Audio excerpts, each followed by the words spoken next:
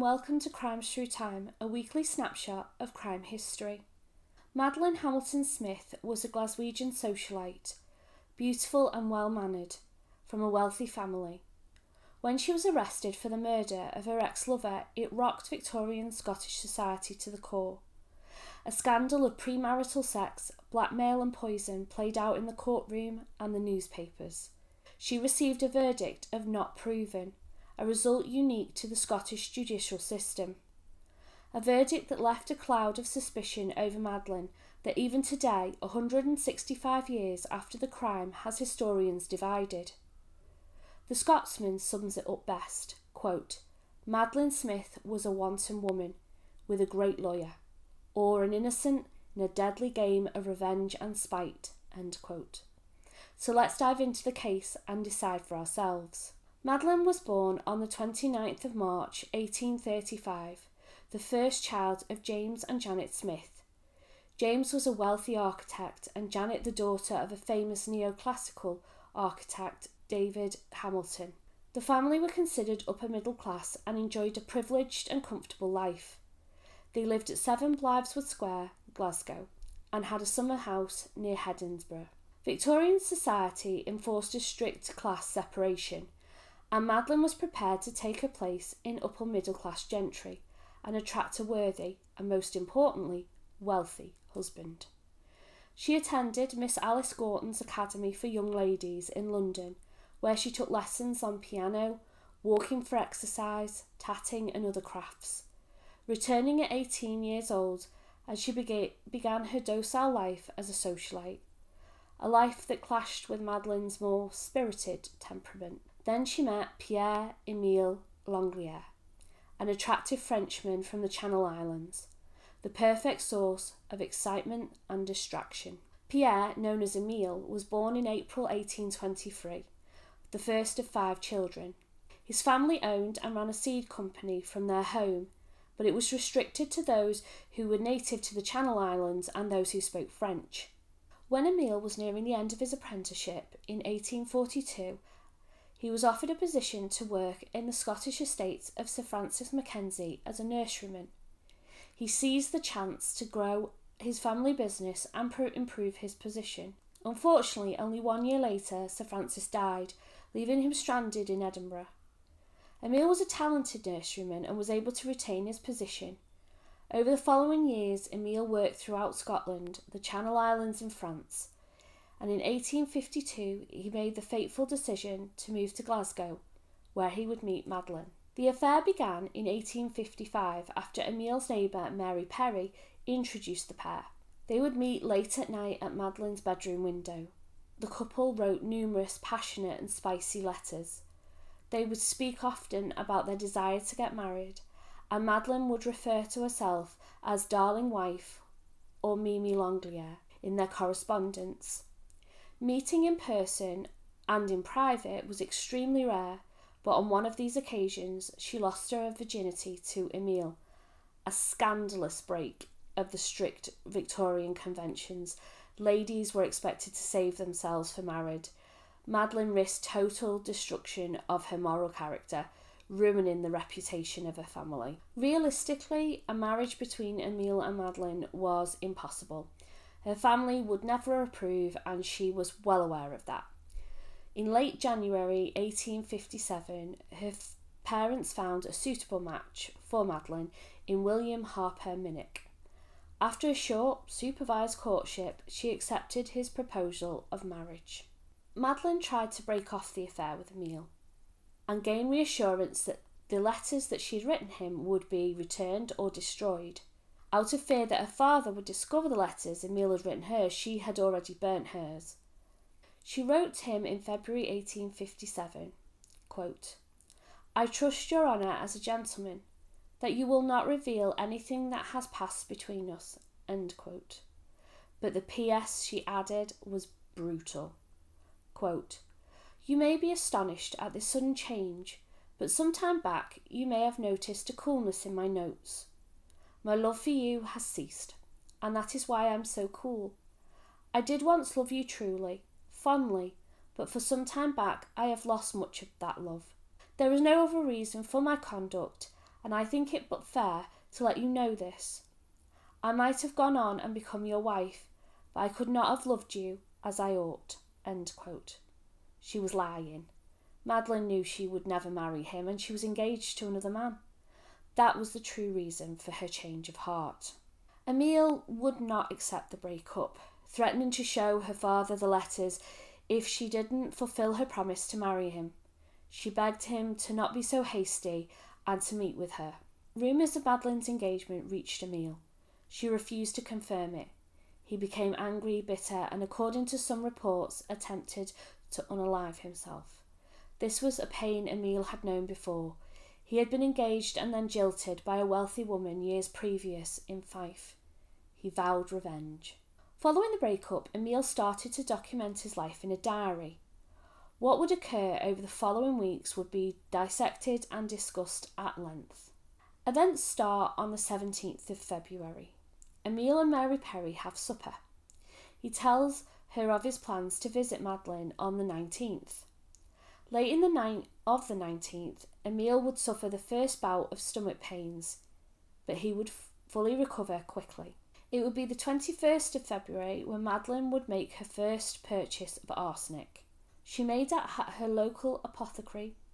Laws at the time required her to sign the poisons book and give a reason for the purchase. She signed her actual name and gave the reason as killing rats.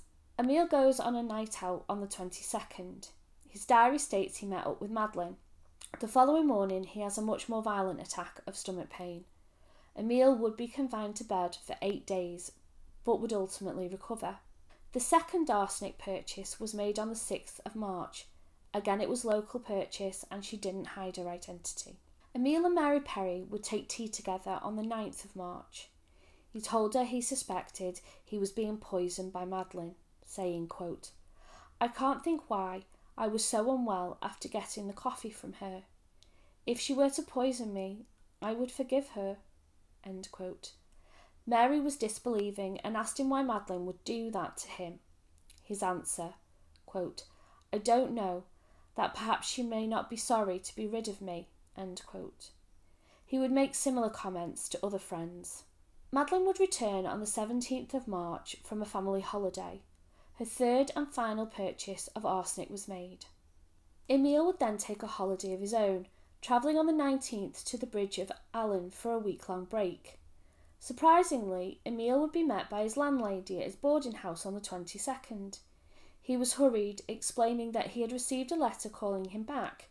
He gave no details of his plans that night, but took the key, expecting to be home late. Around 2 a.m. on the 23rd of March 1857, Emile stumbled through the streets of Glasgow back to his lodging house. His stomach pains were so severe that at 5 a.m. his landlady called the doctor, and he was administered morphine. The doctor called again at 7 a.m. and finally at 11 a.m. The landlady had assumed Emile was silently sleeping. Unfortunately, it was not the case, and Emile had passed away. At the post-mortem, a large amount of arsenic was found in Emile's stomach. Cause of death was ruled as poisoning, and a murder investigation opened. In the meantime, Madeleine was acting in quite a suspicious manner. In the morning of the 26th of March, Janet, Madeleine's sister, woke to find that she wasn't in the bed, or even in the house. The family made the educated guess that she had most likely left for the summer house. Her brother and fiancé left promptly for Helensburgh. They were correct. When they asked her about the sudden moonlight flit, she said that she was afraid her parents would be very upset with her, that she had done something she was deeply ashamed of. Although she promised to tell them more, she never did, and all three returned to Glasgow that same night. By this time, the police had found Madeleine and Emile's correspondence, including a letter in the vest he was wearing when he passed, calling him back from holiday. On the 31st of March, Madeleine was arrested and questioned. She gave a lengthy statement to the Sheriff Substitute of Lanarkshire. She admitted that they had had an affair, one with a sexual component. She confirmed that the letters were written by her, declaring her love and desire for marriage. According to Madeleine, she hadn't seen him in 3 weeks. When confronted about the arsenic, she explained that she had lied about killing rats and that the real reason for the purchase was to make a skin treatment she had been taught at school. This was a typical use for arsenic at the time. She was too embarrassed of her complexion, so she had lied. She stated, quote, "I never administered or caused to be administered to Mr. Angelier arsenic or anything injurious, and this I declare to be true." End quote. She was charged with murder. The public interest in the trial was enormous, so the venue was changed from Glasgow to Edinburgh and began on the 30th of June 1857. Madeleine was represented by one of the best legal minds of the era, John Inglis. The most notable win for the defence happened before the trial even began. Inglis managed to argue that Emile's diary shouldn't be presented in court. His position was that as Emile was no longer here to be cross-examined and the evidence properly challenged, it would be prejudiced against Madeleine. The judge agreed. Crowds would line the streets trying to catch a glimpse of Madeleine as she made her carriage ride from Edinburgh's East Jail.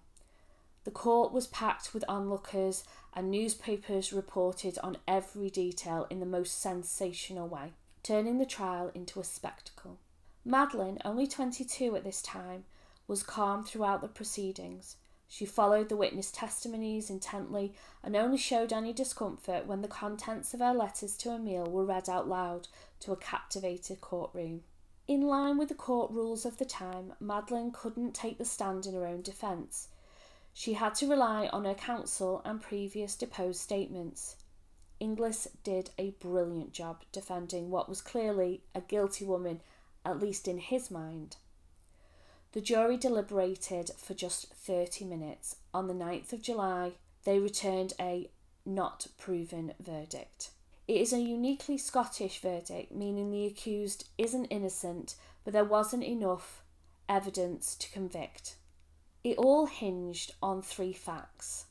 There were no eyewitness testimony to confirm that Emile and Madeleine met in person at the period of time linked to the poisonings.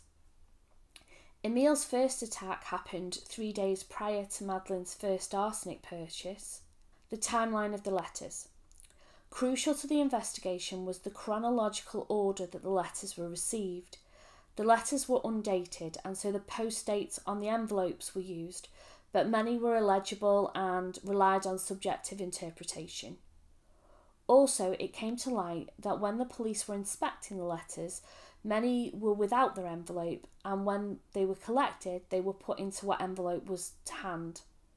This undermined the whole timeline of events for the affair, which was suggested as the main motive for the murder. Madeleine was a free woman that afternoon and returned to her father's home, but a cloud of suspicion followed her. There are 2 main theories about what happened in this case. The first, that Madeleine got away with murder. All the circumstantial evidence is there. She had a motive, she purchased arsenic and was the author of the letter that called Emile home from his holiday. She admitted to her brother and fiancé that she had done something that she was ashamed of, but then she made no attempt to recover the letters. So Emile's passing actually made it more likely that the affair would be discovered. She used her own name to purchase the arsenic. The murder weapon could therefore be traced easily to her. Could she just have been ashamed of her part in the affair, knowing that when it was uncovered, it would end her engagement? And the second theory is that Emile unalived himself and framed Madeleine as some sort of a revenge for ending the affair. Emile only started his diary after the breakup, and it was the only proof that the two had met for Madeleine to be able to administer the poison. As the jury heard, he got ill 2 days before the first purchase of arsenic by Madeleine. He was having conversations with friends that could be considered coaching. Emile had suggested to Mary Perry that he was being poisoned, and on the night he died, he asked for her, probably so that seeing him ill, she could suggest to the doctor to consider poisoning. However, she was delayed and arrived too late. His friends testified to him using arsenic and that he had extensive knowledge of it. He had read the Chamber's Journal of July 1856, which suggested that if you used arsenic, it was a good idea to write a letter stating so, to protect those close to you from being murder suspects if you were to die. Could that be where he got the idea from? However, there are some holes in that theory. No arsenic containers were found on Emile or in his possessions. More importantly, his name wasn't found in any poison book in Glasgow, Stirling or the Bridge of Allen areas. For the frame to work, he would have had to make sure Madeleine made her arsenic purchases at the exact right time. There is no letters or testimony that they ever talked about arsenic together. I have to admit, I could argue this case both ways. I fully understand why the jury could neither acquit or convict. The speculation surrounding the inconclusive verdict meant Madeleine would leave Scotland. In July 1861, she married George Wardle. George was a draughtsman and business manager for the artist William Morris. They had a long marriage and had 2 children, but eventually separated. There are many rumours about Madeleine's later life. Some say she died in Australia, some France, and there is a story about her passing under an assumed name in New York City in 1928, none of which can be substantiated. One fact is certain: despite many offers and continued interest, she never spoke about Emile and the circumstances of his death, leaving a legacy of one of Scotland's longest murder mysteries. Thank you for listening. Please like and subscribe, and let me know what you think happened in this case. I look forward to welcoming you in the next one.